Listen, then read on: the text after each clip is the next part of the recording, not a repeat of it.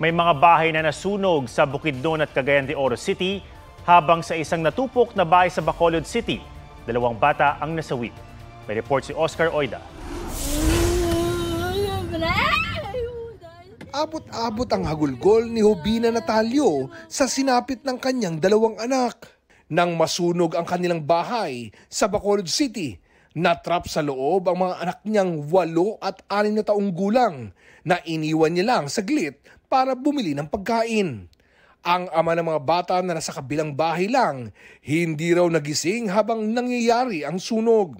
Ilang kaanak naman ang sugatan sa gitna ng pagsisikap na masalba sana ang mga bata. Tanay kay galing dako na gid ang kalayo na palibutan na. Di buksan niya tanay kung dito wala na gid. Nahirapan sa pagresponde ang mga bumbero dahil makitid ang daan. Tumulong din sa pag-apula ang mga kapitbahay. May mga allegation kita nga nabatian that the cause was due to open flame from lighted candles. So all those are allegations. So ari kami subong mag-conduct follow-up investigation as to what happened.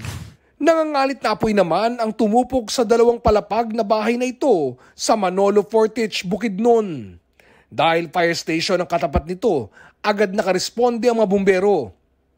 Walang nasawi sa sunog na inaalam pa ang sanhi. Mabilis ding naapula ang sunog sa bahay na ito sa Cagayan de Oro City. Tinitignang mitsa ng apoy ang refrigerator na nakasaksak sa isang extension cord. Mahigit 8,000 piso ang halaga ng pinsala. Mula January 1 hanggang May 16 ngayong taon, mahigit 6,000 na ang naitalang mga sunog sa bansa. Hindi bababa sa 150 na ang nasawi. Oscar Oida, nagbabalita para sa GMA Integrated News.